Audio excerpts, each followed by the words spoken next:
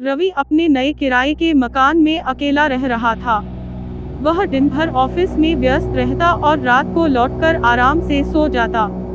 लेकिन पिछले कुछ दिनों से आधी रात को उसके दरवाजे पर किसी के दस्तक देने की आवाज आ रही थी।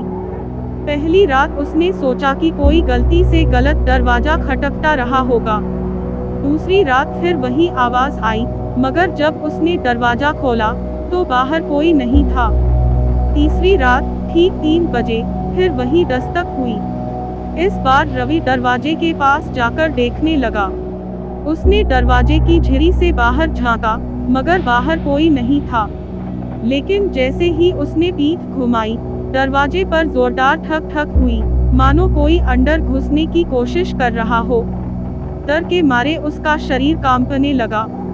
उसने धीरे से दरवाजा खोला, सामने कोई नहीं था, लेकिन फर्श पर गीले पैरों के निशान थे, जो उसके कमरे की ओर बढ़ रहे थे। रवि की सांसें तेज हो गईं। उसने तुरंत दरवाजा बंद किया और खिड़की से बाहर झांका, लेकिन पूरी गली सुनसान थी। चौथी रात रवि ने खुद को हिम्मत दिलाई और दरवाजे के पास एक कैमरा लगा दिया, ताकि देख सके कि आखिर यह दस्तक देता कौन है। ठीक 3 बजे वही दस्तक फिर सुनाई दी। इस बार रवि ने कैमरे की रिकॉर्डिंग चेक की।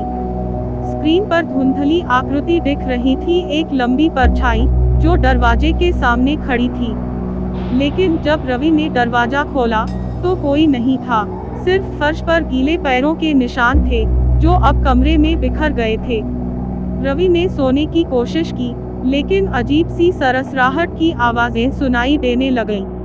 उसके बिस्तर के पास रखे शीशे में कुछ हलचल महसूस हुई। घबराकर उसने शीशे की ओर देखा, वहां एक परछाई थी, लेकिन उसकी अपनी नहीं।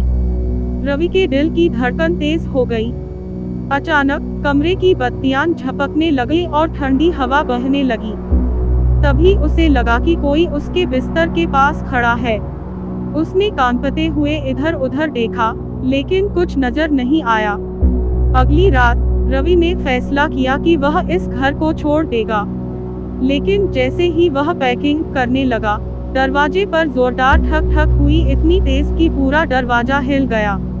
इस बार डर के बावजूद रवि ने दरवाजा खोल दिया।